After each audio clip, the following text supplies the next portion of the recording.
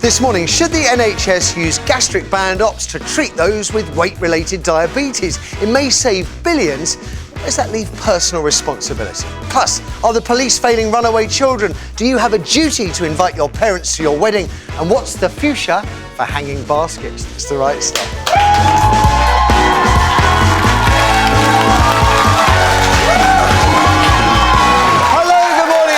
Wednesday show with me, Matthew Wright. It's the 25th of May, and after the scandal of boating McBoatface, where the wishes of more than 200,000 voters to name a new research ship were ignored by the powers that be, a new opportunity for mischief arrives on my desk.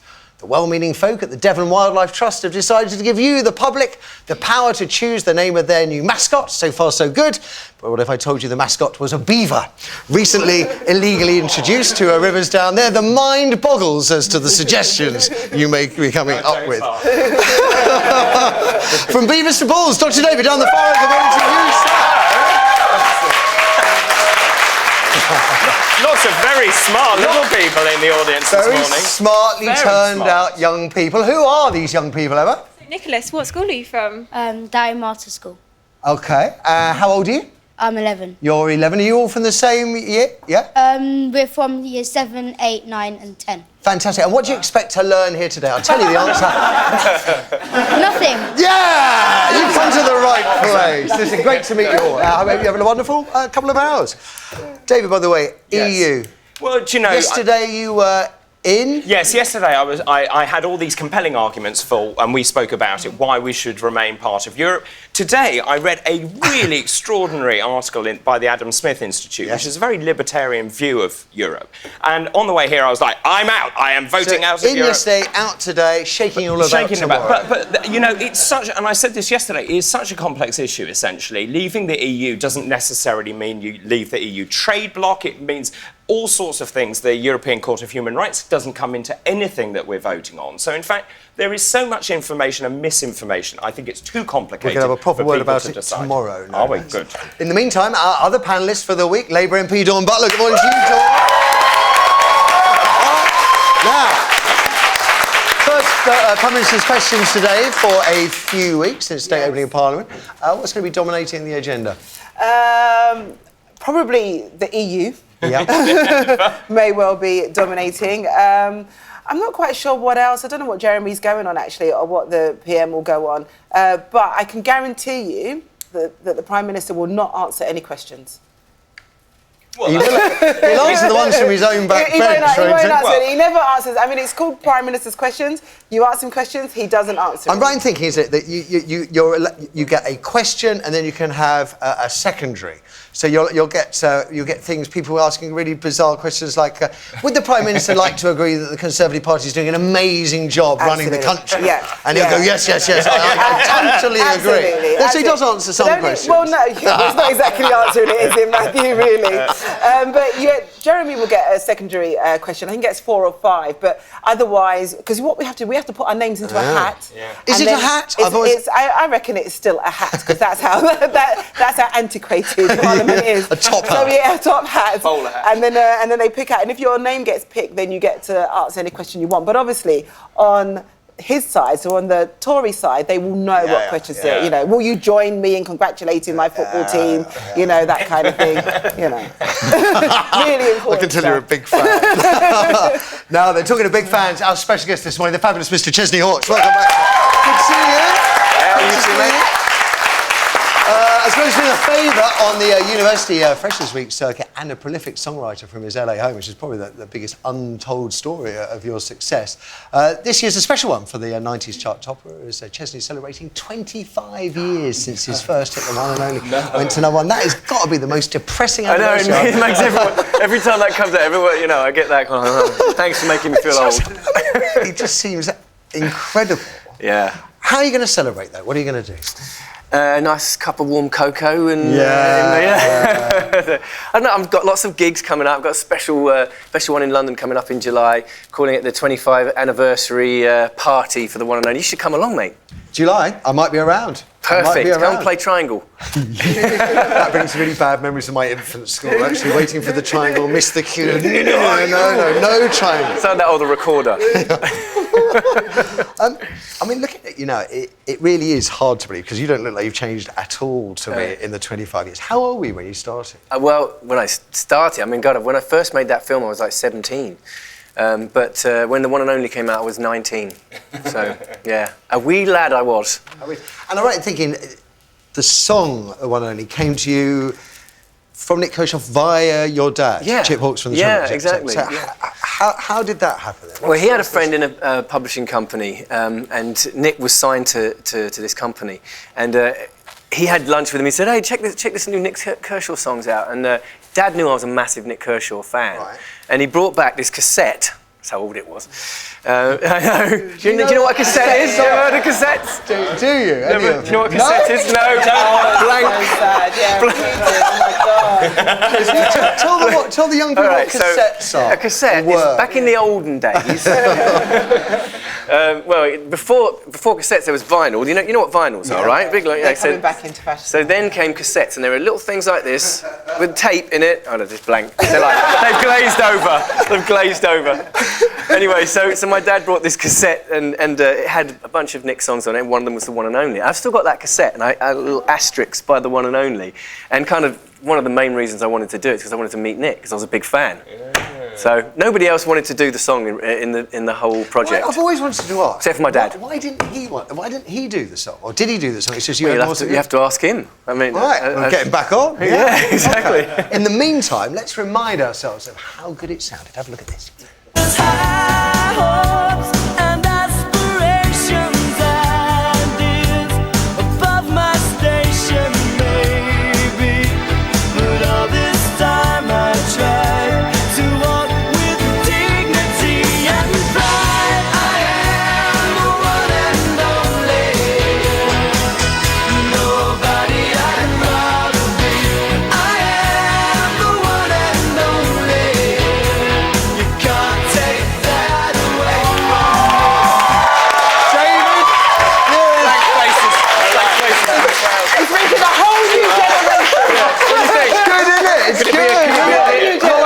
You get fed today, I can tell you that. Now, here's a spiky question then. Every time you see that video, do you think Nick Kershaw's getting all the money? Is that how it works? Luckily, Nick's a very good friend of mine, so I don't mind that at all. Good. You know. What about some questions from you? Yeah, well, he's good Ipswich boy, actually, I think, Nick Kershaw. Yes, I knew that, yeah. Well, the funniest thing is, so we've met before, and then this morning we were chatting, and we have a lot of friends we now know in common in LA, and obviously I was out there for 6 years. I have been back in the UK, sort of 5 months now, which has been something of a culture shock, to say the least. Yeah, it is a very different world, isn't it? Totally. Well, how? Apart from the weather? Well, just everything, just everything. Culturally, the way people talk to you. Like we have one, you don't in LA? Well, I don't know about you, but I find the thing that's most apparent is actually when British people say something, they mean it. Oh yeah, that's very, very true of LA. Whereas in LA, it's like, oh my God, you're amazing. We'll call you. Right. So my question really was, having come back, would you ever? I know that you sort of fly around a lot, which a lot of people do, but would you ever consider coming back to the UK? Oh, always. Every time I touch down in Blighty, it feels like home. So I love England, but I don't get a chance to miss it because I'm commuting between LA and my carbon footprint is not great at the moment. On a par with Leo DiCaprio's. Yeah, exactly. I don't know about that. Something for you, Dawn? So, obviously we've got a really important referendum coming up very soon. Will you be voting in the referendum? Unfortunately, I'm a British citizen, right, but I'm a US resident, so I'm not able to vote, which is quite good because I'm so confused. That's going to be my next question. I wouldn't know what to do. Well, let's talk about another song you've got. It's a collaboration with lots of other stars from the 80s, 90s called I Hope. What is the story behind this song? Well, it's for missing people. Right. And it's called I Hope, as you said, inspired by a father whose son went missing many years ago. And the lyrics are about how hope is painful, for a parent that's lost their child and doesn't know. It's the not knowing, I mean, So we have all sorts of great people involved in this record. It's a bit of an 80s love fest. We've got Nick Kershaw, who's got a lot of name checks today so far, hasn't he? Rick Astley, we've got Carol Decker, we have Deborah Stevenson, I'm sure you've had her on here. We've got G4 Kerry Ellis, there's all sorts of us, including the Missing People's Choir and the Royal Male Choir. The Royal Mail. I hope they deliver a first-class performance. The video, hey! Very good. Hey, Peanuts Get Monkeys. The video for I Hope was released on Friday. Have a look at this. I will hold on to tomorrow when I will have you near. I hope the world keeps turning as I look up to the stars. Are you sleeping? Sleeping safely where you are. Love it. Listen, great to have you here. Great to have you here, especially when we're talking about missing people, missing children specifically, a little later in today's programme. But first up, our first phone-in asks if the NHS should use gastric ops to treat those with weight-related type 2 diabetes. Medics from around the world reckon the health service could save billions if it offered 100,000 type 2 patients surgery, specifically those who struggle to improve their condition through diet and exercise. Now, savings are always good news, but where does operating on people, when many others in their condition manage to treat themselves through diet and exercise, where does that leave personal responsibility? So we'll take your calls on that first, then Chesney will lead us through the rest of the headlines. And then, as I said, I want to know, we're talking about missing children. I want to know if the police are failing Britain's runaway kids. 150,000 children go missing every year. 7,000 of them vanish for a week or more.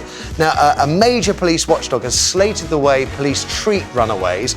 We know in the past they've been accused of making class judgments, of overlooking those in care. The police say they just don't have the resources to cope.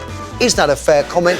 I'd love to hear your thoughts. We've also got an expert, Joe Yule, from the charity Missing People, to help you with any concerns you may have if a child of yours has gone missing. And as Chesney said, you're still got hope. After that, a bit of nonsense. I want to know what the fuchsia is for hanging baskets. I know they may look gorgeous, but those are magnificent, aren't they? They may look gorgeous for a few fleeting summer weeks, but what about the health risks should one fall? No wonder some sensible councillors have banned them. Maybe it should be nationwide. And then to wrap up, I want to know if you have a duty to invite your parents and in-laws to your wedding. Leicester City superstar Jamie Vardy, he marries Becky Nicholson today, but his mum, stepdad, gran and granddad won't be there, reportedly because they don't approve of the twice-married mum of 3 who had an affair with Peter Andre, apparently. Now, even if all this is true, isn't it your duty as family members to set aside those differences so 2 families can come together and unite in love?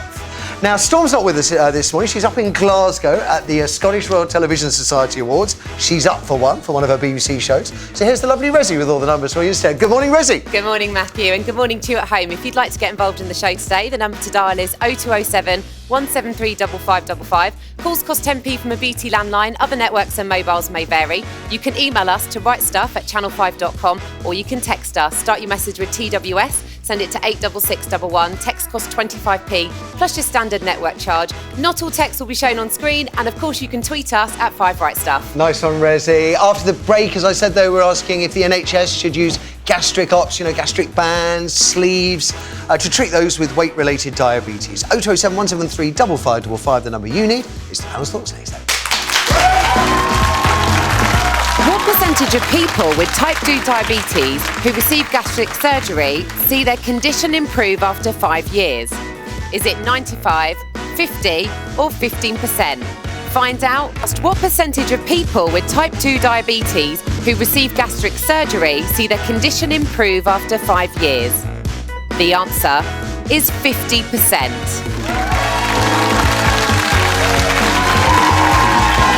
Which suggests gastric surgery isn't the miracle cure, perhaps, for type 2 diabetes. Anyway, welcome back. You're watching Wednesday's show. We're live on Channel 5 with Dr. David Bull, Labour's Dawn Butler MP, and the one and only Chesney Hawkes, who's going to bring you all the other headlines shortly. But we're kicking off this morning by asking if the NHS should use gastric ops to treat those with weight-related type 2 diabetes. 027 555, the number you need. This is a bunch of international experts, and they're arguing that treating overweight type 2 patients with surgery would ultimately save lives and money. But others question the wisdom of absolving sufferers of any personal responsibility. Most type 2 patients get on top of their condition using diet and exercise. More than 3 million Brits have type 2 diabetes. This is where the pancreas that regulates the amount of sugar in your body fails to release sufficient insulin. Around 100,000 sufferers are failing to improve their condition through diet and exercise, despite the likes of Dr. Michael Mosley on this show claiming you can eat to beat the condition with a very low-calorie diet, 800 calories a day for 8 weeks. Today, just 600,000 of these sufferers get bariatric surgery, as gastric bands or sleeves, on the NHS. That's actually down from 8,000 just 3 years back due to cost. Now, the ops do come in at around £6,000 a go, but Professor Francesco Rubino, bariatric surgery chair at King's College London, he disagrees with Mosley. He says that those given surgery have far better blood sugar control than those who do it through weight loss. So while these eminent medics are arguing the toss about the pros and cons of surgery, I want us to consider two other issues: money and personal responsibility. Rubino and his colleagues argue if you offered all 100,000 of these troubled patients stomach ops, you'd save the health service more than £9 billion, money that would otherwise have been blown treating side effects of the condition, things like blindness, amputations and stroke. But as we just heard over the break, only half of those given gastric ops currently go into remission with their diabetes after 5 years. The rest don't, which suggests the real savings of surgery would be half that, £4.5 billion, which is still a lot of money. And then there's personal responsibility, David. My sister is a nurse. She's had a tragedy in her life. She drinks too much. She smokes too much. She developed type 2 diabetes. And she got herself together, dieted, and now has her diabetes under control. And if she can do it, why should the NHS be paying for others? I don't know where to start with this one. Diabetes is a very serious medical condition for all the reasons that you've talked about, the complications that come from it. It's about 3.5 million people, actually. Now it's even higher than you mentioned. So, and it's getting worse. You're right, this is type 2 diabetes, which is where you get insulin resistance. It tends to be caused because of overeating, indulging, and so on. And actually, Mike Mosley and the prof of bariatric surgery are essentially advocating the same thing. So when you put a gastric band on, what you're doing is you're shrinking the stomach contents, so you can't eat as much. And what Mike Mosley is saying is, don't eat as much. Right. And they're exactly the same. One costs £6,000, one costs nothing. Right. So then fast forward, which is, so we live in the NHS, we still believe in the principle of giving care which is free at the point of delivery. We have a finite budget.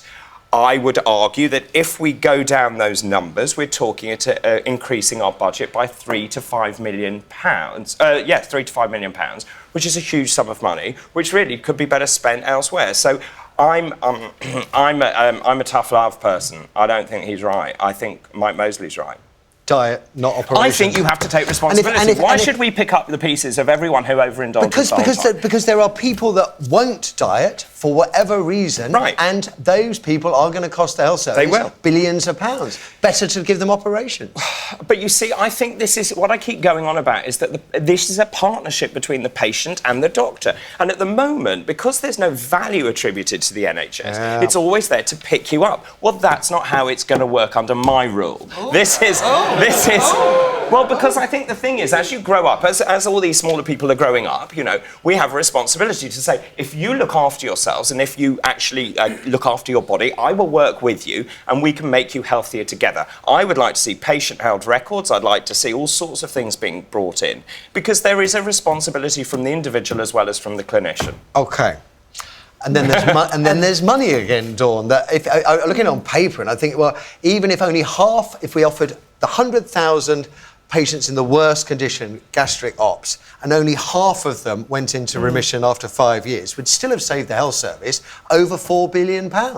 Yeah, I think the key thing for me here is around the sustainability of it. So what you have to do is you have to get people into the mindset of eating healthily, what food does to your body, what drink does to your body. I mean, schools now teach, you know, at one stage we had young people being taught how to cook, and then that got taken away, and now I think they're being taught how to cook. Have you got cookery lessons in schools? So now they're being taught how to cook again. And that's the thing, it's like you have to have a healthy habits from a very early age, and that then But the goes into 100,000 adulthood. that aren't listening, maybe they are listening but they can't do it. I mean, God knows, when I was trying to stop cigarettes, 11 attempts it took me to stop.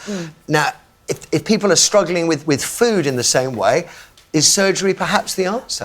I would hate to rush to surgery because I don't think that, you know, surgery should be the answer. I don't think people Even should if be it going saved- under the knife and having, because that carries its own risk. But if it saved the health service money, billions? Yeah, it is about, we do need to save the NHS money, but I still think it's about the healthy mindset. I think it's what goes into our food. We talked about, you know, processed foods earlier in the week, what goes into our food, all the salt, all the sugar, you know, all the fake branding, if you like, that tricks people into thinking they're eating healthy and they're not eating healthily. So I think all of that we have to do first, because the NHS is about keeping people healthy and giving healthy advice. And I think people should stop as well when doctors prescribe. You remember doctors were prescribing sort of gym membership, and people said, "Oh, that's crazy." But think about that: gym membership, £40 a month, maybe as £20 an alternative. a month, as an alternative, and they have to use it. But then, Chesney, if at the end of the day there's still a resolute 100,000 people out there, type 2 diabetes sufferers who are obese, is surgery for all the answer? I completely agree with these two. It should be a last resort for extreme cases, right? What about but taking the different perspective? Let's ignore the actual needs and health for one moment of those with type 2 diabetes and too much weight, and consider the NHS as a whole. £4.5 billion. What's that? It's 0.5% of its budget, isn't it? 10%. 10% On obesity, I Okay. think, yeah. So that's an enormous amount of money that we could dramatically reduce the expenditure, even if there are high risks for people that have this surgery. You know, you're at high risk anyway, one might argue, because of the lifestyle choices you've made. Well, how about you spend, you know, a percentage of that money on more education, on nutrition, and you know, getting starting young. I mean, I know that, you know, I'm a father of 3 children myself, and you know, we are very, very aware of what that of teaching them the benefits of eating well, you know, and learning to read what is on the back of you know, the packages. It's not going to fix the problem now, is it? No, that's where. Well, you've also got another problem, which is your health economics of this, which is that essentially you're going to have to budget for all these people to have the surgery now, so the money comes out now. If you're looking at long-term costs, that's actualised over 20 years. So the costing is very different. And right now, the NHS has a massive funding problem. We have a massive issue getting people out of the beds. We don't even have the beds. I don't know how they're going to, if it's done as a day case, I guess you can get them home. But so I agree with all of the above, but we need the food industry also to be much better regulated, more highly regulated. If you read those packets, I'm a physician. I don't understand. Yeah, you've got to have a degree in what everything is. Yeah. Okay, I'm actually quite surprised that none of you fancy the surgery for all approach. After the break, we're going to find out if you feel the same. Should the NHS use gastric ops to treat these people with obese people with diabetes type 2? It may save cash. The question in my mind is, what about personal responsibility? 0207 173 5555, the number for your calls. Lots of them after a few more ads. According to a US study, which method is more effective at keeping weight off? Is it weight loss surgery, diet and exercise, or they're both the same? Find out after the break. According to a US study, which method is more effective at keeping weight off? The answer is, they're both the same.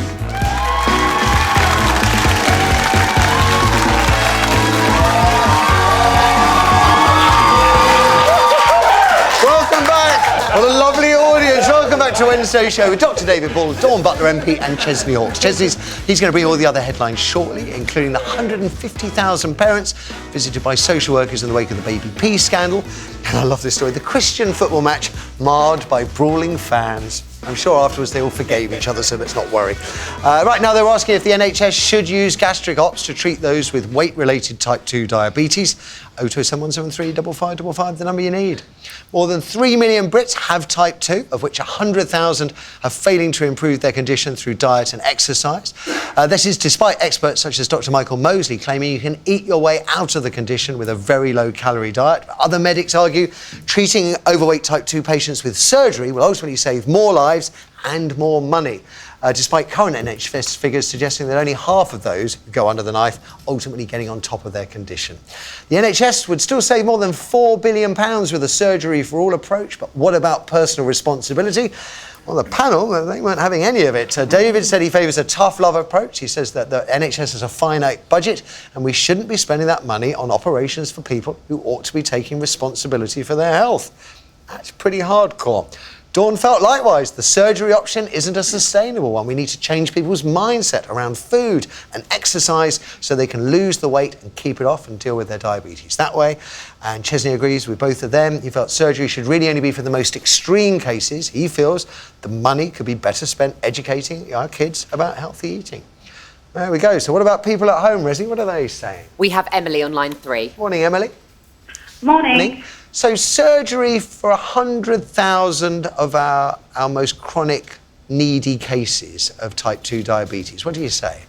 Absolutely. I think anybody who needs it or wants it through the NHS should get it. I personally spent £15,000 on 2 lots of surgery going private. Right.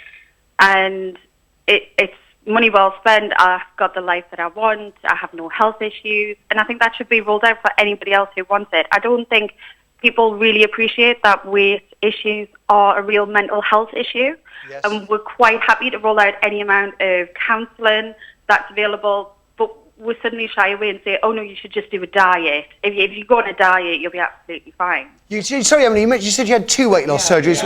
Was the first unsuccessful? It was absolutely successful. I lost the weight. I had a brilliant lifestyle. Health was fantastic.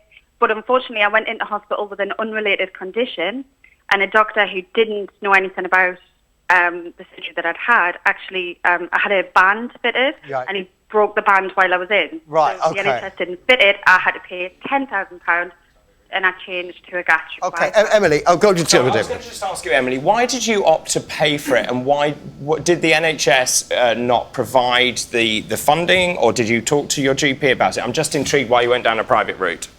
I did talk to the GP about it, and I got stonewalled through the hospital service. The NHS just pretty much saying, you've had a band, you've gone privately, you need to sort it out yourself. We don't have the money within the NHS anymore to help people who've gone privately. Because my weight hadn't gone back up to obesity level, they weren't interested in having a conversation with us about it. However, my mental health just went off a cliff because the weight started to come back on, and I started to get panicking that I was going to get back at the same position, and I just didn't want to be there. And I thought it's worth £10,000 to me to spend it to make sure that I'm never in that position again, than to wait years to go through the NHS and be obese again. Can you understand, Emily, that there'll be some people sitting at home thinking, you carry too much weight, you're diagnosed with type 2 diabetes, you might argue you're almost staring death in the face at that point, and then you do nothing to put that condition right, and then you expect every other taxpayer in the country to sort you out. That, some people might feel, is unfair. We don't live in a society that will pick and choose. I think if you go down that route and say personal choices involved here, you're inflicting something on yourself, so the NHS shouldn't pick up the bill. There are people with congenital disorders who go on to have children knowingly, and we don't say to them, oh, you can't have children because you know there's a chance they could inherit something. I think if we have problems, health problems, we live in a country who has an NHS system, let's give the best fit for that. Is a one-off surgery that could potentially cure all those issues moving forward, both physical and mental, not worth the payoff than spending tens of thousands of pounds, hundreds of thousands of pounds on diabetes treatment. Billions of pounds, Emily, billions. If you forgive me, we've got so many calls. Thank you, Emily. Great defence as well there. And I think that is critical to the argument, is whether the NHS can pick and choose. And we've heard before about the notion of putting smokers to the back of the queue unless they get on top of their addiction. Let's take another call. We have Amy on line 4. Morning, Amy. Morning. So bariatric surgery for 100,000 people with too much weight and type 2 diabetes. Yeah, absolutely. I'm supportive of this. I'm 2 weeks post gastric sleeve, which Okay. I also had to go and have privately. How come? Because I'm not quite fat enough for the NHS guidelines. But of course, I work in medicine anyway, and we know that the lighter you are, the less risk of surgery. So Exercise and diet, Amy. What was the problem for you there? Tried every diet under the sun, managed to lose the weight, but then of course it comes on and more so, which is again more unhealthy. And it's a mental addiction. You know, I would vote far more in the line of why don't we save NHS money on the cosmetic surgery that we do for people, such as breast augmentation, rather than people that have got an actual David's saying we don't. I mean, Josie Cunningham got breast augmentation on the NHS because she claimed, and the NHS believed it, that she was psychologically depressed and it would so as a rule, cosmetic surgery is not on the NHS, but unless there isn't a profound psychological impairment. Do you, just out of interest, listening to Amy and the second caller in a row to cite mental health issues, do you not... I do. I totally buy into that, of course. But you're still saying a tough love approach. Well, you can't treat mental health problems with tough love, Because I don't think that it's sustainable. You put a band on, we know that the bands don't last forever. The weight loss isn't sustainable. The people I know who've had it is not sustainable. And actually, you're absolutely right. You have to implement a whole plethora of ideas. Healthy eating, making sure that you actually change your lifestyle choices, do some exercise. That's a question, Amy. Have you changed your diet since you've had the op? Yes, I've had to, but that is the point. I actually have something physically in me. But have you changed what the things you eat?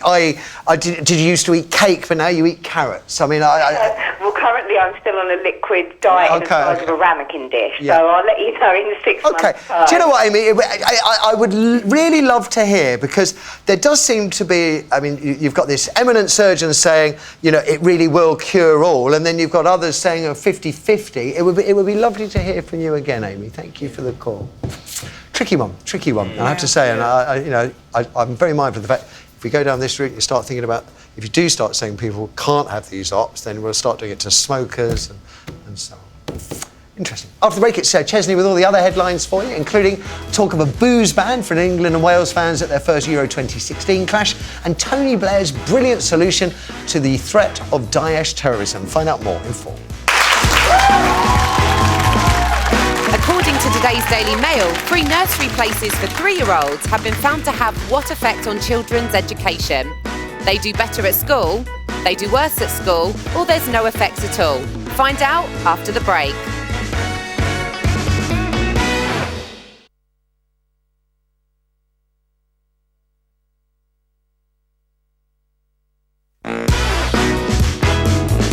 So according to today's Daily Mail, free nursery places for 3-year-olds have been found to have what effect on children's education?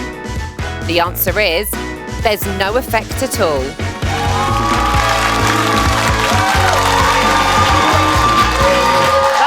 Welcome back to Wednesday's show with David Ball, Dawn Butler and Chesney Hawk. Still to come this morning, we'll ask if the police are failing Britain's runaway children. 0207 173 5555, the number if you've got a story to tell. We know in the past that cops have been slated for making class judgments for overlooking children in care. I'd love to hear your stories. And expert Joe Yule from charity Missing People will be here to help any of you who may have a missing child. But right now, it's over to you, Chesney, for the headlines and a horrific story to start with. Yeah, I have to say, it's the first time I'm using reading glasses on your show, mate. It's a sign of the times. 25 Yeah, a horrible story in the Daily Mirror here. A young 17-year-old boy is in hospital after what seems like an unprovoked random attack of acid thrown in his face. There were 5 of them. 2 of them really badly disfigured on their face, and looks like he might lose his sight in his left eye. 3 of them are still in hospital, so no one knows what the reason was. There is a picture of the suspected attacker. There you go. That's a picture the police have released. I worry slightly about media coverage here, because acid attacks I'd very rarely heard of 20 years ago. Now it's everywhere. And now you hear it all the time. And you can't not report these stories because they are horrific, but at the same time, you can't help but think, does it feed into, obviously, like copycat stuff. And it's normally the ones that we've read about, it's normally in relationships where the male is controlling, throwing acid in female's face, a form of domestic violence. So it's the first time I'm kind of reading about it in sort of school kids. So it's shocking. Yeah, shocking. Really shocking, yeah. So, we move on? Yeah, I mean, I'm just hearing that the person responsible apparently was with a group of people, came over, did it, went back to the group of people, carried on talking. I mean, it's the sort of callousness of it. Awful. And what does that say about his friends as well? You know, the fact is that they just carried on as normal, you know. Well, I hope he's caught. Well, it looks like he will be. I mean, it's a picture it's of him pretty there. clear. Yeah, it's a very clear photo of his face, yeah. OK. If indeed, of course, that's him, we have to Yeah. assume. OK, what next? OK, next... Europe, kind of. Well, no, this is The Guardian have a story of Alicia Dixon and boy band 5 are pulling out of a gig after they found out that it was actually a Brexit rally. and it was funded by the UKIP donor Aaron Banks. Right. So we still have Sister Sledge and E17 on the bill. OK. I don't know what that says. Not One Direction, because Matthew loves it. So Sister Sledge, I'd happily see Sister Sledge any day, but what they have to do with in or out of Europe, I do not know. We are all family, I suppose. Oh, very good, yeah. It sounds like the kind of bill that I would be on, but didn't know get a new agent. Yeah. Didn't know anything about it. Just out of interest, I mean, I guess it's entirely feasible that you could be told, you know, here's a gig, your agent signs up for it, and then you find out it is a political... It's a paid gig. Oh, I would, of course. Right. I mean, what happens? But people do have like discipline, and they do have, you know, if they're because it's funded probably by UKIP. Alicia Dixon probably thought, I don't want to be associated with UKIP, which I admire. They were told it was being funded by a Brexiteer, but not that it was a Brexit concert, which I can understand.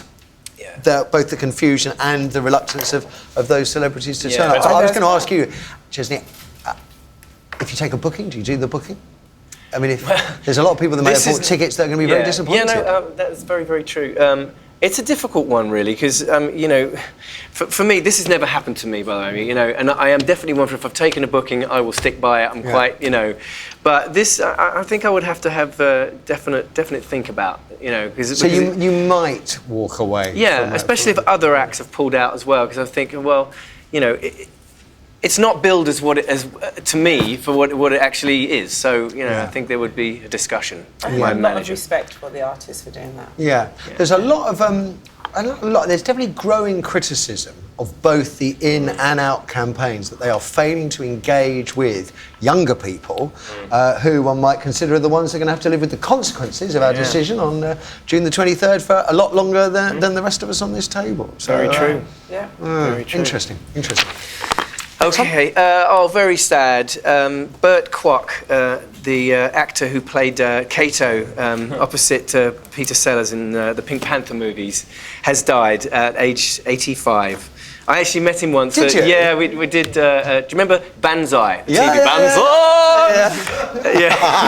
Banzai! And he was such a lovely guy and brilliant. And of course, I don't know, you guys, another thing that these kids wouldn't know, it was one of the funniest characters of all time.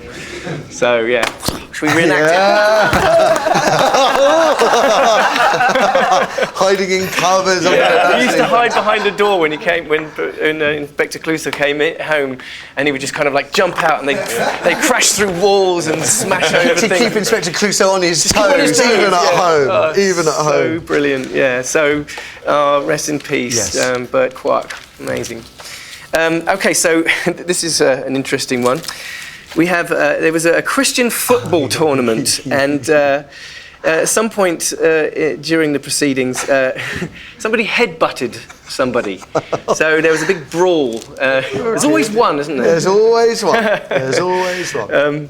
Surely This was up in Norfolk way, I believe. Yes, sorry, I didn't say much about it there, did I? A Christian football tournament turned ugly as a spectator was apparently butted by a rival fan. 32-year-old man suffered a suspected broken nose in a bust-up in the Norfolk Christian Football Youth League five-a-side tournament. So was it about football, or was it Catholics versus Protestants? Yeah. Or, you know, who knows? Who knows? Parents, eh? It's probably one of the parents. I mean, I'll be honest. We did a phone-in a couple of months back about violence caused by parents on the sidelines of children's football matches. You see it all the time. I had my eyes. They're far worse than anything. I've seen it as a parent at football matches, and it happens in America too. My son plays baseball, and sometimes the parents have to be told to quieten down. That's what we're doing over here. Yeah. Attacks on referees. Yep. People, and they call it the beautiful game. I know, unbelievable. Yes. So I hope they made up. Sure, yes, they prayed in a circle at the end. I hope so. and your last one is also sport related as well. Yes. It turns out that 5 British athletes are in line to be awarded Olympic medals after 31 competitors have been found to have taken drugs at the 2012 Olympics. So that would bring 2008, sorry, Beijing. Sorry, 2008. I'm so sorry, Beijing. Yeah. 2012 is yet to come. Yeah, that one, of course. Yeah, exactly. And that would mean a lot of Britain's medalists that have spent the last 8 years thinking they weren't medal winners, and it turns out they are. Because drug cheats got the medals. They've now been exposed to drug cheats. The tragedy is that these honourable, talented British sportsmen and women, while they'll get the medals, don't get the ceremony. They were robbed. It's just not fair. Robbed of the podium. Yeah. I think if this... sorry, I was going to say, because they get the medals in the post sometimes, and I think we should have a ceremony I think we should. them. If this We could take them out to Rio, fly them out to Rio, fly them out to Rio, and give them their medals and honour them. Yeah, because that's... Just think about their ongoing their work, because there's a window period, isn't there? When you get a medal, everyone wants you, and they'll be worth hundreds of thousands, if not millions of pounds. They've been robbed of that, robbed of the glory, and it's just fundamentally. Should we give them name checks, the ones that yes, are please. here? Okay. Yes, please. So we have Martin Rooney, Robert Tobin, Michael Bingham, and Andrew Steele. And there are others as well, actually. Men's 4x400s. Yeah, men's 4x100. And this has all come from Maria Amakoma, I can't even say her name, but she's the one that has been found to have taken drugs. That's Goldie Sayers, the javelin, isn't she? So she will. I think she finished 4th, so she'll get a bronze now. Yeah. Why does it take 8 years? New technology, so they're sort of going back on samples. See. And so we've had some 2012 ones already, but I believe there's going to be more to follow as well. Yeah. And So it's just more like sensitive. you said, to get your medal through the post, 8 years after being cheated. I think we should have a ceremony for it. Do you think they probably will? Surely they'll give it I don't. I think we've had. Here's your medal. We've had athletes on here before who've been given medals after being cheated, and they didn't get any ceremony at all. Well, it's not right. It's not right, I tell you. Not right. Nicely done, Chesney. What have you got, Dawn? Okay, so I've got page 4 of The Sun. You're clicked. So you're nicked. Okay. You're clicked. Google. They did there. You're clicked. You're nicked. So Google. It's quite interesting, really. Up to 100 investigators stormed its Paris HQ as authorities look to recoup £1.2 billion in back taxes. Wow. £1.2 billion. Now, and if you remember, Osborne was lauding up, saying, oh yeah, we've got 130 million from Google, £1.2 billion.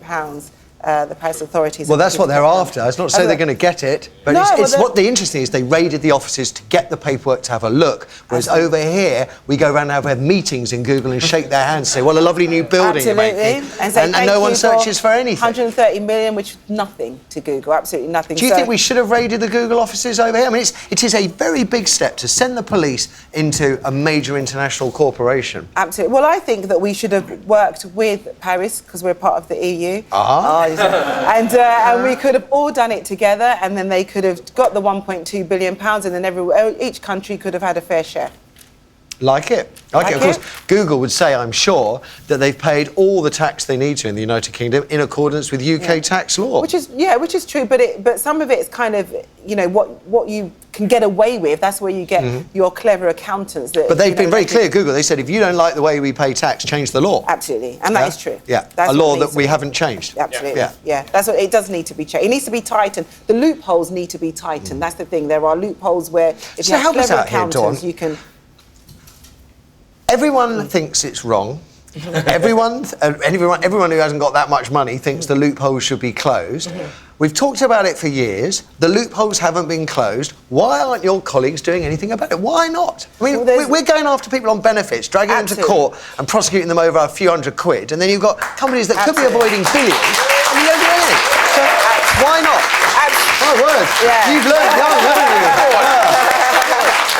Why not? No, I absolutely agree. So they'll talk about the nuances in tax avoidance and tax evasion and all of that stuff. But I think what it is, because we've had this recession and because it's been highlighted so much in terms of what the government's done in terms of all of these cuts and going over after people on benefits and changing all the housing regulations and, you know, chucking people out of their homes and things like that, you say, hang on a minute.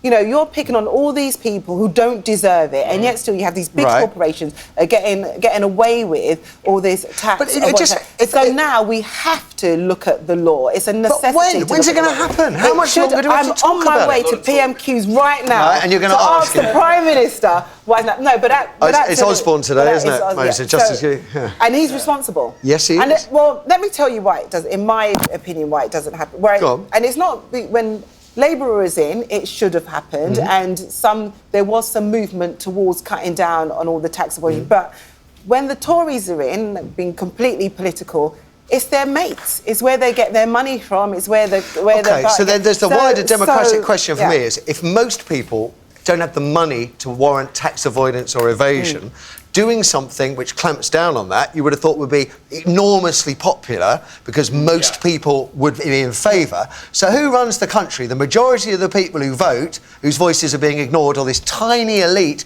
that all seem to go to the same schools and universities together? It's a tiny elite that I'm not a part of. I'm sorry, but we have to. But the only way we change it is by getting in and changing it from the inside. The only way we change it is by voting. Cross-party consensus, which is exactly what your point you're trying to make. And I think there's the difference between a microeconomic argument, which is what we're talking about, and a macroeconomic argument, which is that if essentially we tax the companies, they'll leave and go and set up elsewhere. So there is a fine line. I think it should be changed too, by the way. I agree with you totally. And you're right, and we're piling pressure on all sorts of people like domestic landlords, It must be very difficult for our Prime Minister to think, let's close down tax loopholes when he himself has benefited from tax avoidance strategies. Absolutely, because they have clever accountants, because they have the money to pay for the clever accountants. And I don't think they'll all move out of London, to be honest, and go elsewhere. I think that's a bit of a myth. So why would they? Yeah. Okay. Depends on the vote. We must move on. We must move on. OK, the Daily Telegraph, page 9, millions of over 55s paying into doomed investment schemes. Now, I think this is really about older people having access to money that they didn't have before. Oh, the buy your Lambo cash, yes. isn't it? And wines and vineyards and all that kind of stuff. It's because, so it's nearly 5 million over 55s is paid into unregulated investments that are doomed to lose cash. And that's because, you know, the government changed the law in terms of dragging down your pensions early. Now, the thing is, like young people, like in the audience, they're used to the internet, they've grown up with the internet, it means nothing to them. But those people over 55 are not used to the internet, and so it's easier for them. Well, despite the fact they would have been, 30-something when it first came in. I mean, it's a pretty weak excuse. Isn't the issue here is that the government says, draw down your pensions, draw it in now. Arguably a very irresponsible thing to say. One of the ministers at the time said, spend the money on a Lamborghini. Well, not everyone's that stupid. Instead, they are investing in what they think are bona fide, reasonably secure investments, and what they're actually being sold by city sharks are fantasy investments, cons or oversold. And it's a lack of regulation, again, from the city. It is a lack of regulation, and they are getting away with it. But I do think there's a huge issue here in terms of the irresponsibility of just saying draw down your pension and not giving enough advice or support, as well as the city getting away with conning, again, those small the small minority of people are making lots of money for the majority of I people. feel desperately that sad for this group of people because also they paid into these standard pension pots anyway. The pension pots haven't delivered. No. They certainly didn't fulfil any of their promises. They then think, well, what am I going to do? Yeah. So I'll take out some money, so I'll put it in another investment. And now they're being hit again. Yeah, absolutely. I just think that there's so much that needs to be done for this age group because what will happen, they're going to be living longer and eventually, you know, the state will have to step in. So I think it's, that's going to be a story that's going to run and run and run. It's very interesting. We go from light touch taxing to no touch city institutions. Yeah. How many times have we talked about that over the last 15 years? There's a common thread, right? There's a common thread to the people who are gaining from it and the people who are losing. There's a common thread that goes right through. Absolute con. A con. So Daily Mirror, this is a really sad story. The Daily Mirror, page 27. So sad. I will dig my son out of the Didcot rubble, and it's about a grieving mum who says how her son is still buried and 6 months. 6 months. And the thing is, the person that came to see her from RWE was really rude towards her and said, you know, we don't know when we're going to get your son Sandra out. Huxtable, whose son Chris is believed to be under that pile of rubble. Again, I have a personal suspicion that the enormous costs involved of removing an enormous amount of rubble could be the thing that is delaying. But I don't care about the cost. Well, neither do I. I mean, I just think that this story just pulls on my heart, and I just think that you know, grieving families should just want to lay their son, their father to rest, and I don't really care what it costs the company. And you know, RWE they just maintain one line all the way through, which is it's about safety. So they're saying safety. There is a suspicion that perhaps that is being used as I mean, there are going to be enormous costs involved. Quite clearly, just from looking at safety issues as well. But of course, but there will always be safety issues. So just get on with it and just get done at some point. Absolutely. And I just think it's shocking. And I think if there was a call out to say, "Will you help me dig my son out of the rubble?" I just think there will be hundreds of people going down. But they won't let you because, of course, there's a safety issue. Is there a parliamentary process that could force that company to deal with it? I just don't know how that might work. Well, Sarah Champion, who's a local MP, says it's a national scandal, so that I know that she's kind of working on seeing what she can do in regards to this. That's great. It is a national scandal. Yeah, it's a national scandal. 6 months. It's disgraceful. It's shocking, and I just think name and shame that company. The Daily Mail, page 22. Holiday shortage as terror fears see Brits flock to safe resorts. So basically, you know, places like Tunisia and Egypt, people are not flying there, so they go into Paris or in Spain. And there's something called a safety premium. Well, Spain, not Paris, actually. Spain and Portugal and Italy. But yes, I'm going to Paris. But I know Justine, who has done my fabulous eyes today, her husband was booking a holiday and he phoned her up while she was doing my makeup, and it's going to cost them over £2,000 Yeah, to because go. the resorts that are not associated with terror are getting many, many more bookings. So they're paying a premium. But the impact on relatively poor countries like Tunisia and Egypt from no tourism. Turkey, for example, the Greek islands, the impact on those and local that's part of the strategy massive. of the terrorists to build down the economy of the country. So, and that's part of their strategy. Yeah, you can imagine that if you are working in working in a holiday resort, which is now essentially shut, you may blame your Daesh terrorists, or you may blame Westerners for walking and deserting you. And you can see how there's a possible advantage for terror. Absolutely. Whew, talking about it's a heavy day, isn't it, today? Yeah, it's a heavy day. Talking about terror, page 12 of the Times. Send the troops to take on ISIS, Blair urges. So now the thing is this. I think we can all agree that whenever Tony Blair talks about war, it's not a good thing. Right. And people will automatically just, you know, do the opposite of whatever he says or hate whatever he's saying. And I think he should be cautious about talking about anything to do with war, especially with the Chilcot inquiry yet to be made public. But in terms of what he's saying, now this is what Jeremy Corbyn said when we had the vote against going in to war in Syria, and he was saying, look, this is going to be the start of something, and eventually you'll talk about sending in troops. And Cameron was saying, no, we're only going to do the air war, and that's going to be it.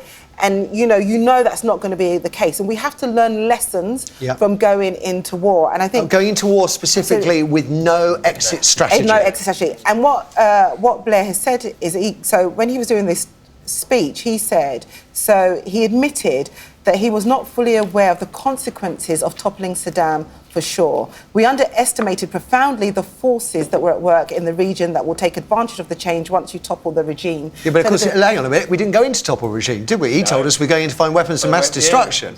So he's forgotten that bit. He's forgotten that bit. He's the weapons of mass destruction because, that were invisible because they didn't exist, because it was a lie. They didn't exist, yeah. So, I mean, but the point is, I suppose, he's learned, this is, if you read he hasn't learned anything. The reason we have an international wars is because we went in without any kind of UN mandate, no exit strategy, removed an evil dictator, allowing sectarian divisions to flare up, which any student could have probably told our Prime Minister. And then Hilary Benn went out, Shadow Foreign Secretary, and said exactly, just when he said, no, we should go and bomb Syria. And people, your own Labour backbenchers, saying, well, what if we do that again? It didn't work in Iraq, it hasn't worked in Afghanistan, why are we doing it again? Absolutely. And Tony Blair's still banging the drum. Going in. And that's the thing where I just think the whole thing is wrong, because what we have to do is we have to look at the countries, we have to look at the economic stability of that country, and that's what we need to do. Before you talk about bombs, putting troops on the ground, what are we doing about the diplomatic and what are we doing about selling bombs to Saudi Arabia, our ally who is also a sponsor of Daesh? All of that, selling arms, all of that stuff. He doesn't mention that, does he, Tony? He doesn't mention Saudi Arabia at all. It was just about more war. I know, and it's just crazy that that's what we think is the answer. More war is never the answer. More war is never the answer to peace. Right at the beginning, when you said to speak in advance of the Chilcot report, I totally agree with you, unless, of course, he's been given some kind of word up and feels that he can talk about war in advance of Chilcot. I don't think the Chilcot report is going to come out in favour of the actions that were taken. No.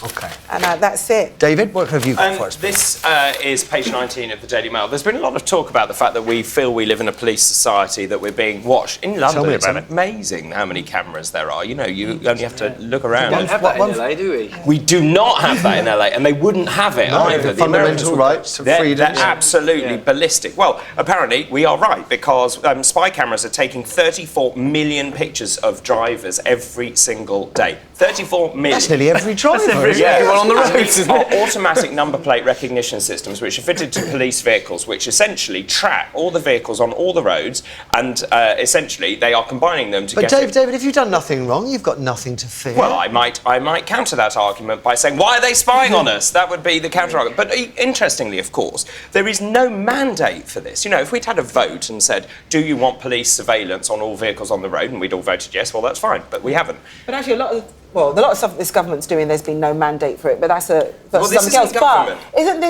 this a response to everything going online? Yes. So because everything's they can join the online, dots of insurance, tax. Which one might argue is a good thing, but I think this should have been put into the public domain before it happened. Yeah, so if you go online... It's the fact that the problem I've got with it is, for all the road tax avoiders and people driving without insurance, of which there are probably hundreds of thousands, there are also millions of people that are going about their business totally lawfully. And I have a fundamental objection to the state knowing where you've been, what time you've been, where you've gone, because it's Big Brother, and as we know from in 1984, if you give the state power, it always abuses them. It always uses it. But you know, if you've got a smartphone, that's it anyway, you're done. You know, they know everything that you do. You use any of the apps. They know everything you do. Isn't it? Seriously. And then we opt to have trackers on other things, like, I'll track my keys, my wallet. So Fitbits of the world. You are absolutely. I'm sure if you've done nothing wrong, you've got nothing to fear. Is that right? I trust the authorities. Good. Sounds very contradictory. I was being very good. The Times, page 5. Now, this is a subject very close to my heart. This is about legal highs, because tomorrow, the Psychoactive Substances Act comes in, which is basically the government's attempt to ban anything that is currently classed as a legal high. The issue we have is that human beings are what they are. They enjoy seeking pleasure in substances, whether it's tobacco, alcohol, illegal drugs, legal drugs, whatever. And so this act is coming together to essentially be an umbrella act. So the problem has always been that you get a legal high, the the law takes a long time to catch up. So you may Hang on. Before you get the legal high, you have the original drug. The original drug. So which is made illegal with a heavy sentence. Well, so let's that take opens... a really good example, plant food. Meow Meow, which then was methadone, which was a legal high until the law caught up with it. But why was methadone introduced? Methadone was introduced because it's a synthetic opioid. It's a synthetic drug replicating a banned drug. So the story starts with there were drugs that people used for hundreds of years that became banned. Correct. The appetite for them never left. So people filled the gap in the market with legal highs, which we're now banning. So essentially, the story is absolutely awful. 9 people in one town have been left seriously ill, like really seriously ill, after moving to drugs that are currently legal. Things with very strange names indeed, like Orange, Chronic, Pandora's, Clockwork Orange, Chronic, Pandora's Box, and so on. One of which I believe is in intensive care. So horribly ill, probably from the same batch. Yeah. But we even with the Psychoactive Substance Act, this is a ridiculous piece of legislation in my... Well, in as much as it won't save lives? It won't do anything. Right. Because also... Make it worse. I tell you what, because time is short, we'll talk about it tomorrow. Fine. We need to re-look at our drug laws. Okay. Completely re-look at them. Okay. Thank you very much. Really interesting. Do you remember, this is page 10 of the Mail, do you remember that Tony Blair put £2 billion, I think, into free nursery places for all children? It was thought that at the time that educational attainment would skyrocket. Well, as we heard from the break bumper, that simply hasn't happened. So the children given these nursery places at the age of 3, that has shown to have absolutely no benefit on educational achievement. Now that's really interesting. Well, that's what I don't trust that at all. Well, and I would like to know where they took the statistics from, because it had a profound effect for parents in my constituency in Brent, for example. Deprived areas, I'm sure, has had a huge advantage. And actually, David Cameron's still putting more money into it, so it is cross-party. Okay. I just think maybe the interpretation of the results is incorrect. Okay. I don't know. And last one, the English-Wales football, please. They think it's all sober, is the headline. Very good. So big football match, Euro 2016 clash between England and Wales. Well, the French are not happy about this. So because it's so near Calais, they're very, very worried about people who haven't got tickets going and getting completely... wasted. Good. Drinking too much alcohol, and the fact that there will be, this rivalry, and they'll fight. The French police had far greater concerns to deal with. Well, to be fair to them, I think they're worried also under all that chaos, whether that they're worried about terrorism as well. Anyway, they've banned booze. Is essentially the story. For 24 hours. Well, they've banned booze from the area because it's a tiny little city called Lons. Near Calais, but there are going to be safe drinking areas for ticketed people within the environment of the They're searching game. cars as well on the way into the venue, which I suppose is both the benefit of stopping terror, but also. How are you going to? And then, of course, you just put vodka in a water bottle, don't you? No. I've heard. I wouldn't do that. Ignore that bit. We'll edit that bit out in the repeat, children. Don't you be doing that didn't happen. We're going to take a break. Save David's brushes underneath that tan. And after the break, we're asking if our police are failing Britain's runaway kids. Now, cops have been slated in the past for making class judgments of overlooking children in care when they run away, not really caring, and I would love to hear your thoughts. 0207 173 5555 is the number if you've got a story to tell. And we've got Jo Yule from the charity Missing People. She's here to help, perhaps if you have a missing child. More on this important subject after a few minutes. What action do police forces take when a child is categorised as absent? Do they organise search parties, put up posters, or do they do nothing? Find out after the break.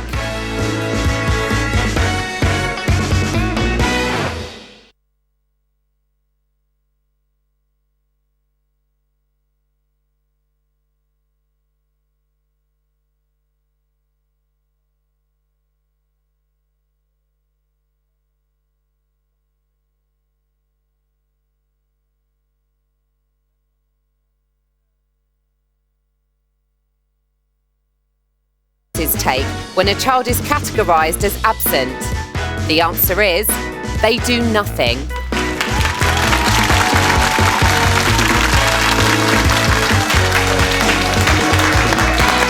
much. OK, welcome back. You're watching Wednesday's Right Stuff with Dr David Bull, Dawn Butler and Chesney Hawkes. Glad to have you with us at home. If we've got time after the break, we're asking what the future is for hanging baskets. We all know they look gorgeous, but just for a few summer weeks. And what about the health risks if one should fall on you? 0207 173 5555, the number. Why not use lightweight, long-lasting baskets of fake flowers instead? Right now, though, we're asking if the police are failing missing children, which is certainly the view of one police watchdog. Now, nearly 150,000 under-18s go missing at least once last year. The vast majority, 96%, returned safe and well. 7,500 vanished for a week or more. 1,500 for a year or more. Now, the Inspectorate of Constabulary, which is a very powerful organisation, has published a damning report after identifying unacceptable inconsistencies, that's the way they put it, in the way coppers respond to missing child alerts. The watchdog, though, draws short of actually telling us where the fuzz are going wrong. But even those of us with short memories will recall the damning criticism of Greater Manchester Police and the Rochdale child abuse scandal, South Yorkshire cops who investigated Rotherham child abuse. 1,400 kids were abused in that scandal, and Thames Valley coppers who investigated the Oxfordshire child abuse scandal, where 370 girls were abused. Now, in all those cases, the authorities were condemned for having not bothered to respond to hundreds of reports of vulnerable young girls going missing because the police forces labelled them as not worth the effort due to the children's backgrounds. They were either in care or known to be like tearaways using drugs and alcohol. Now, the police have argued they simply don't have the resources to cope with that many missing children. Is that a fair comment?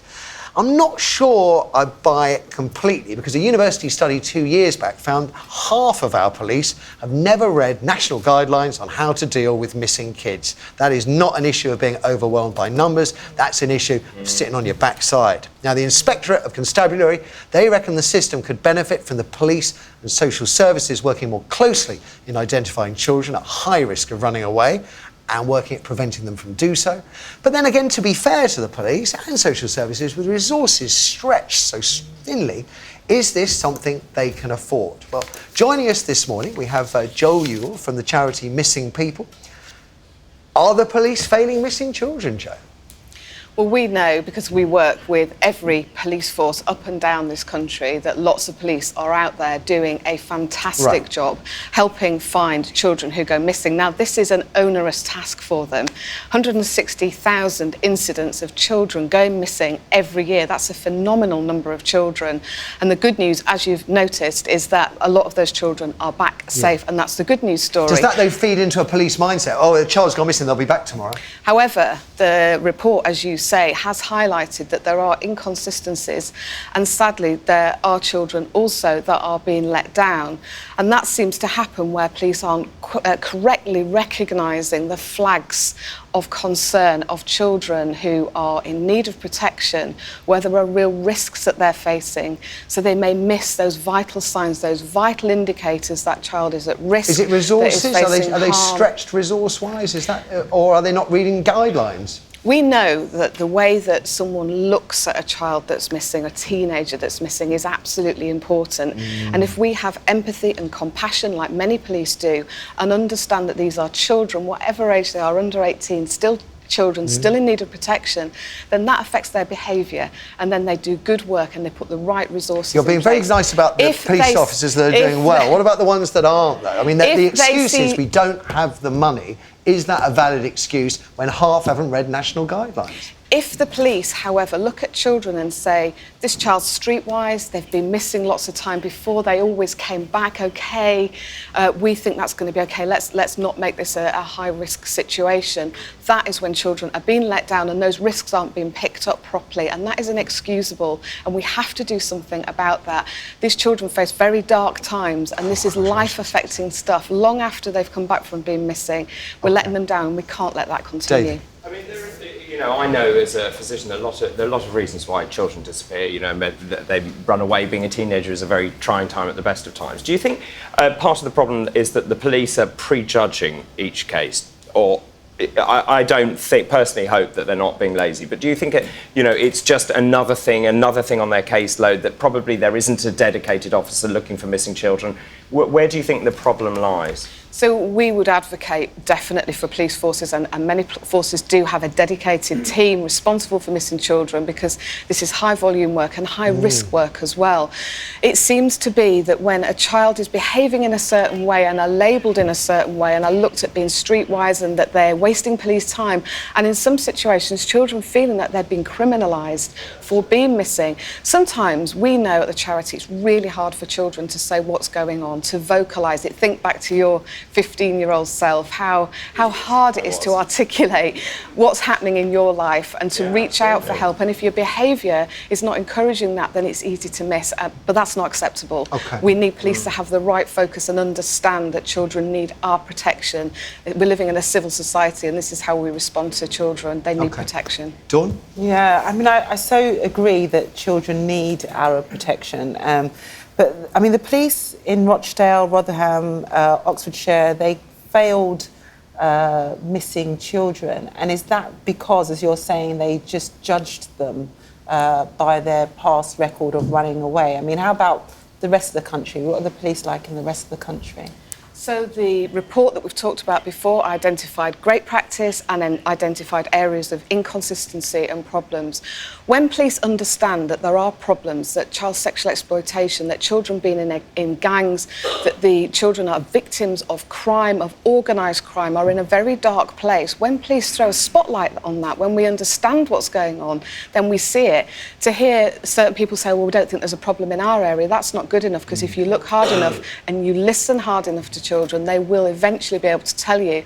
I sat down with a girl who'd been missing, who'd come back from being missing, and she sat there and she had a hood over her head and I could hardly see her eyes, and it took a long time to build trust with her, for her to tell us what had been happening. And she'd spent the night in a truck with somebody that she hardly knew, and also was someone that was feeling very vulnerable herself. Now, children who are vulnerable are much more then vulnerable to being preyed on by people, and in a very dark place, and fearful that they are not, that they're going to be victims, that they're going to be in trouble if they tell. So it's most important that we listen. This is not a question of resources, this is about an approach. And I applaud... Okay, so it's not resources, but approach. Chesney, something from you? Well, I just wondered, like, who can these children actually turn to if they don't trust the police, or if, you know... Good question, and we're both parents, aren't we, and have children, and we would hope that they would turn to people in our networks, back to us, to the police, to a charity like Missing People. So we're there 24 hours a day for children, and we also send messages to children when they are missing to say, we're here. If you feel like you can't speak to the police, if you're not safe where you're living at home or in your care home, please call us. Let's talk this through. We're going to give you lots of time to work out what's going on here. There's obviously a hotline, right? So we've got a 24/7 hotline that's there. Our team is there now. All the details on our website, I believe, as well. I think we'll take some calls and find out whether your experiences of the police dealing with missing children match up with the Inspectorate of Constabulary.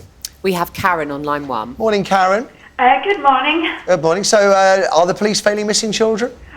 No, not at all. I must be honest, my daughter's got extreme difficulties, and she's in a special school. Right. She runs away, well, she used to, we've had to change the schools, but she used to run away all the time, at least 2 or 3 times a week. Nobody could ever find her. The school didn't really care, but the police were there each and every time. Can you, because after hearing the negatives about, Greater Manchester, South Yorkshire, what's the police force out of interest, Karen? I'm a bit reluctant to tell you, actually. But it'd just be nice to have one good news story. I can't understand why you'd be reluctant to pick up a good police force. Nottingham. It's not Nottingham. Great. Lovely to hear. Thank you. Let's try another. We have George on line 3. Morning, George. Hi. Hi there. So we've had a vote for Nottinghamshire Constabulary. What about your views on the police and missing kids? Right. As a child, I'm now 50 years old yet. Right. As a child, I was a regular runaway. I ran away a lot. The longest period I was away was just under a fortnight. How old, George? How old? I was about 12, 13 when I ran. Where were you for a fortnight? Sorry? Where were you for that fortnight? I was actually living by the seaside. I was from a town, and I stole £200 from my parents and went and lived by the sea. But anyway, the police, I eventually got caught shoplifting, and the police asked me who I was, and I said my real name, and next thing I knew, I was getting taken home. But the reason that I ran away, and I've got to disagree with other people, the reason I ran away is because I was beaten as a kid, and I know we were all beaten as kids, and we got punished back then, but unfortunately, some men don't know when they're hitting children that they're actually children they're hitting. So I ran away on a regular basis. The police, all they ever done was take me back, to get beaten. And I remember one situation where I was being beaten by my father, and the police asked, would you like me to stop him? And the adult that was there said no. And they both walked away from me while my dad was beating me. Now, George, I'm very pressed for time. We're going to carry on with this after the break, but very briefly, would you accept that this happened, 38 years ago, and then actually the police may have mended their ways since then? Yes, and I'm just going to come to that right now. If you walk through any town, anywhere in this country, and you see the people who are living on the streets, they're getting younger and younger. It used to be old people that lived on the streets. And now they're getting younger and younger and younger. And when you see the police walk past them... Forgive me, I want to listen to it. I have to go to a break because the next part's only going to be 5 minutes long and the break's almost that long. I've got to leave it there. We'll continue with more of your calls on this subject straight after the ads. Back in just a jiffy.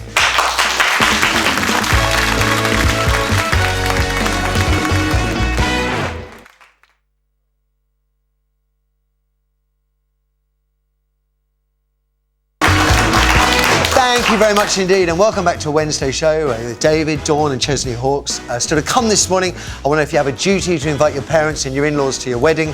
0207 173 5555 is the number. Even if you hate each other, isn't a wedding where you set aside those differences so two families can unite in love. Right now, though, and we're very pressed for time because I was really enjoying our last call, and I'm really afraid we didn't get to the bottom of younger people on the street. We're asking if the police are failing the 150,000 children who go missing every year. We've been talking to Missing People's Joe Yule. The phones are red hot, so without any further ado, Resi, let's hear what people are saying. We have Jim on line 4. Morning, Jim. Hi. Hi there. The question is, are the police failing missing children? Your view, sir? I don't think that they are. I think that there is a massive issue with resources and funding, and I think there's an issue with social work as well.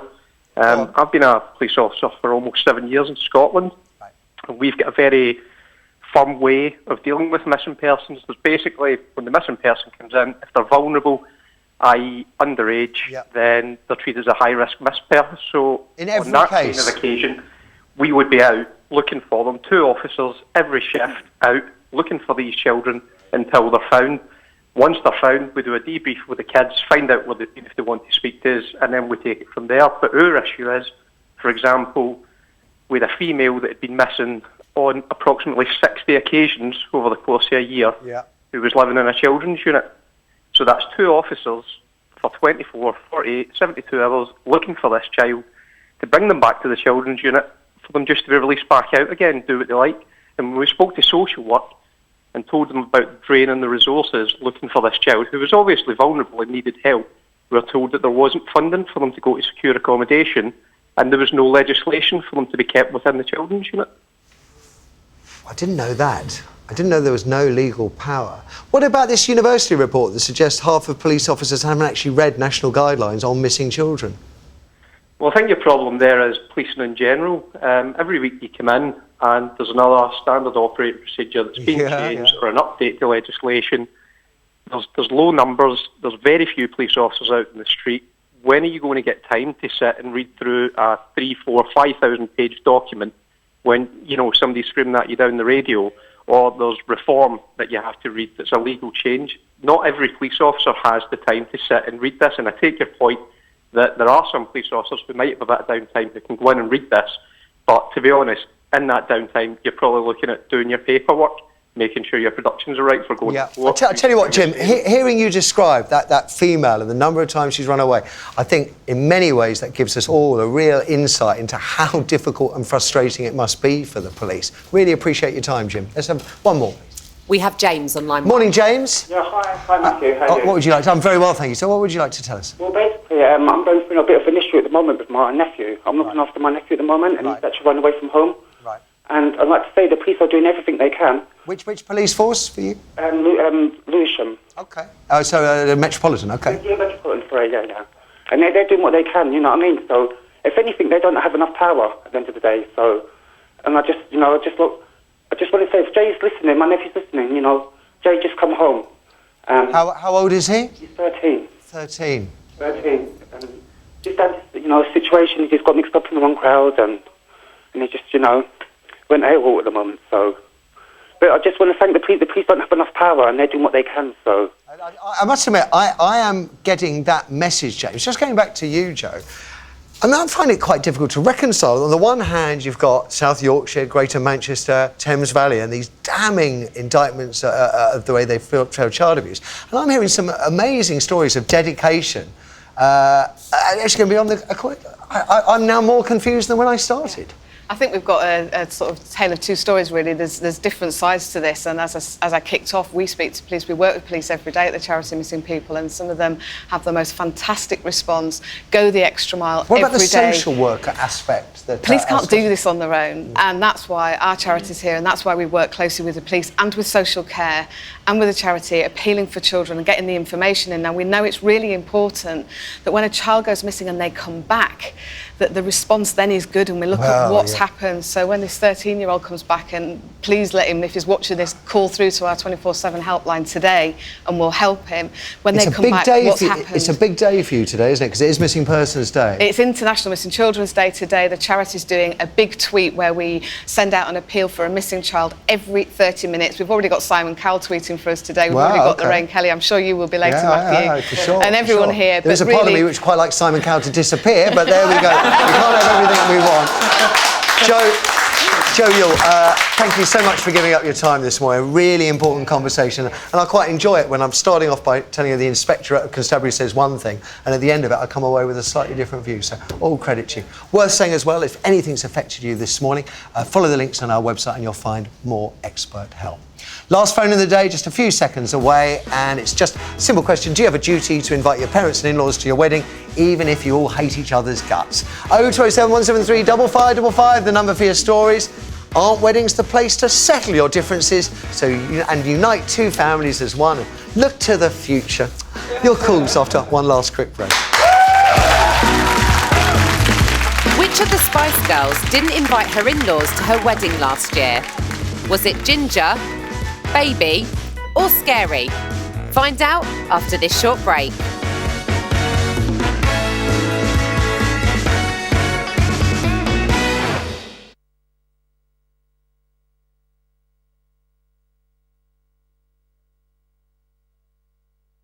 Is Ginger.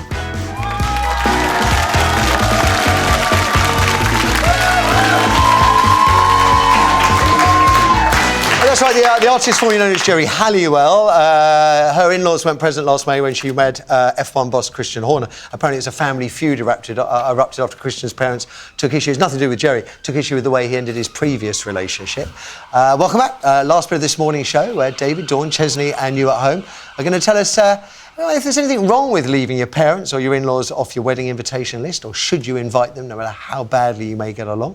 0207 173 5555, the number. And while you're dialing, here's Resi with a few of your emails on our earlier talking points. So in regards to NHS stomach surgery for obese diabetics, Jem messaged in and said, I work in a pharmacy and I can't tell you how many patients collect their free, very expensive diabetes medication whilst having shopping bags full of chocolates, crisps and fizzy drinks. People are abusing the NHS and need to be more accountable of their own health. But that's to ignore the mental health issues. I mean, this is what our callers were saying, David. Yes, it is. But it's also personal responsibility. But if you're mentally ill, you don't make the right personal choices. Well, look, we should deal with the mental health problems, which we don't deal in this country. We don't spend enough money on mental health.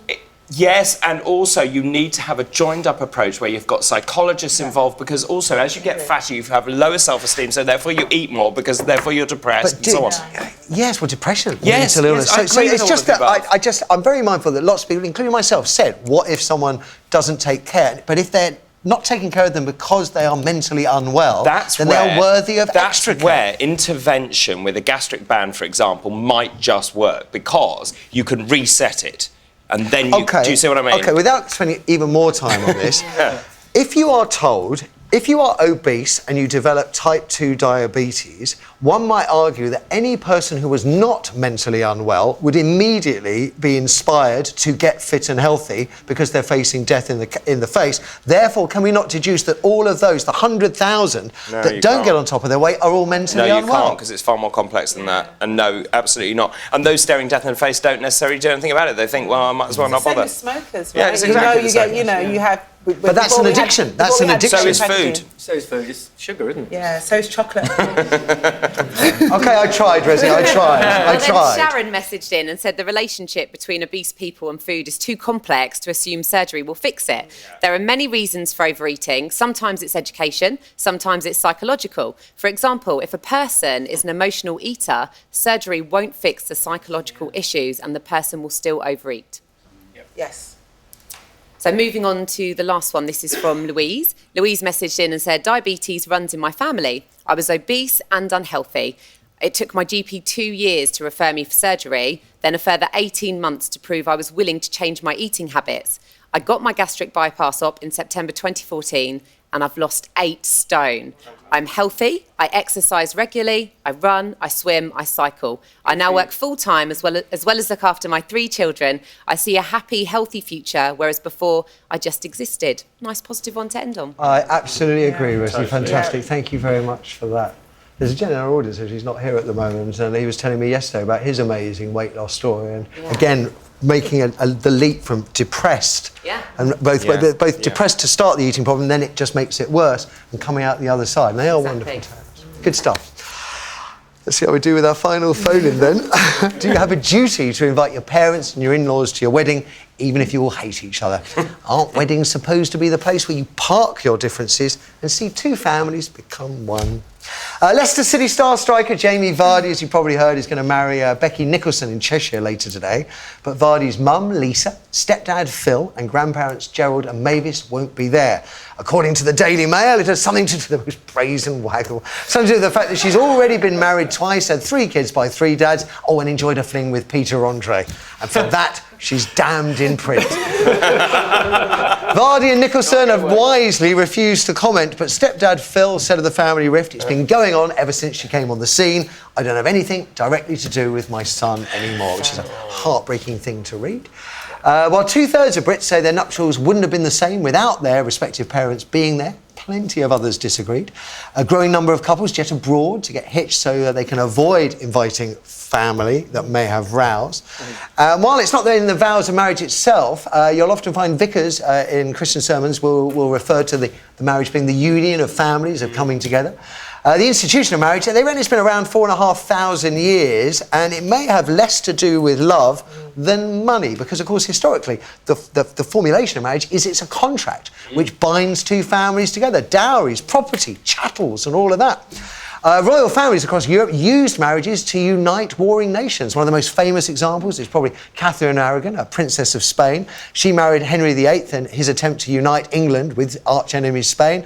Of course, when he divorced her 24 years later, her nephew Prince Philip never really forgave him, and that led to the Spanish Armada, albeit decades later. God, dear. And I thought it was just about love. No, I really didn't. Etiquette experts, interestingly, they say, Chesley, that it's really up to you. Well, I think this really depends on the people, surely. Because, you know, if you've got, like, just a little rift about something, that's different to, like, if parents were abusive or racist or horrible people, you know. It's like, of course you don't want those kind of people. You're marrying to get away from all of that. Yes. OK. Abusive, I would see. Anything else? I mean, I'm just thinking the notion that of setting differences aside, of the family, the grandparents. You know, we may have fallen out with our son, but for his wedding day, we move that aside? I'm not sure if it is really about families. It's about you and your partner getting married. You know, I mean, really, that's the most important thing. And, you know... It may be the most important thing, but families come with it. Well, of course. And we all know as being married ourselves. But, I mean, you know, I'm lucky that my mother-in-law's lovely. Right. Hello! No, we all have to now. Hello! My mother-in-law's going, who's he? Dawn, families should set their differences aside for a wedding, or...? I think in an ideal world, yes. Yeah. And I think it's about happiness. I don't think you should be judging. So I don't think you should be judging somebody because of their past. If your son or daughter's picked somebody, then that's their choice. And you should get behind them. And you should get behind them. You can't judge them for that, or, you know, but... Ultimately, I think weddings are stressful enough. I mean, I used to think... What's a good wedding without a fight? Yeah, exactly. There's always a fight. I mean, I used to think, you know, when I get married, you know, because our family's so large, there'll be like 400 people there. Do you know what I mean? And then, you know, when we have a family dinner, you know, we have to have it in shifts because there's so many. So, you know, but now I just think, you know, you meet somebody, you fall in love, whatever goes. I think it's what your ultimate happiness is. I think that's the couple. It seems with the Vardis, it's the family, and for all their problems, David, I just think for one day, and with so much scrutiny on their son, who's had such an amazing, extraordinary fairy tale year. Yeah, He may well be, he doesn't want them there, but... Well, I think weddings are, you're absolutely right, are the most stressful event ever conceived by man. And of course, there's huge amounts of emotion, and I think the whole point about it is that you need to settle those differences before the big day. There is no point just saying we're going to invite you. The worst thing you can do is invite them and say, oh, it'll be fine, invite them, because it won't be. Especially when they've had a few sherbets. The next thing they'll say is, I think you're a... And, you know, and the rest will... So I think if you're going to do that, and I think it's a magnanimous, you know, thing to do, then make sure you settle your differences way before the big day. I think they should invite the dad and get him to do a speech. Be brilliant. That's roulette. Let's throw it open to you. Should you invite your parents-in-law to the wedding? We have Bal on line 2. Morning, Bal. Oh, good morning. Good morning. So should mum and dad be there? Oh, definitely. It's about building relationships. Yeah. They've given you birth, etc. You may have had your differences in the past, but at that time of happiness, you as a couple are building up your relationship, having children, etc. And you want your grandparents, you know, to be around to bring up those children for you as well. What if your parents haven't been very nice to you? Environment. What if your family, not everyone grows up in a family like the one you've described. God knows there's lots of people who do not. Do those who've been brought up by parents who've abused them, who may be racist, do they have an obligation to bring those parents up? You wouldn't want to subject your children to people like that, you know? Absolutely. No, I agree. Right. There are extremes where obviously it would not be possible. But I think we've created this world where we've gone away from tradition so much that, you know, couples just go away and get married and come back. But I think even if you don't invite them to the day, what about having a big do afterwards? Yeah, in a boxing ring. Just throwing out ideas, Bal. Thank you for the call. One more, please. We've got Sarah on line 2. Good morning, Sarah. Morning, Sarah.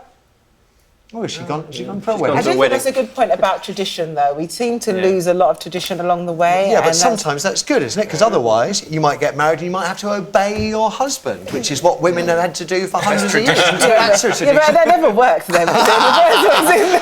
But it is interesting, because I take the point, but yeah, we tend to view tradition in a rosy way. But of course, tradition is also can be quite a restrictive thing as well. Maybe the answer is not to get married. Don't get married. Yeah, but I said I've been married 20 years. Don't listen, kids. Don't listen. Building blocks of society. And on that note, I think we better get out of here. On that bombshell. Always a pleasure, my friend. Always a pleasure. Congratulations once again. 25 years at the top of pop, and best of luck with that wonderful charity single. I hope it's out there. Now. It's raising money for the International Missing Children's Day this very day. Dawn and David, great stuff once again. We'll see you tomorrow. Looking forward to that. Enjoy PMQs, ladies and gentlemen. Good luck. Tomorrow we've got David Cameron's former spin doctor Steve Hilton here. He'll be running you through the headlines. I want to know if the in-out EU campaigns are failing younger voters. Perhaps too young in our audience next time. And also going to have a look at tomorrow's ban on legal highs. Will it achieve anything at all? Thanks for all your calls this morning. Wonderful stuff. See you 9:15 tomorrow. Bye for now.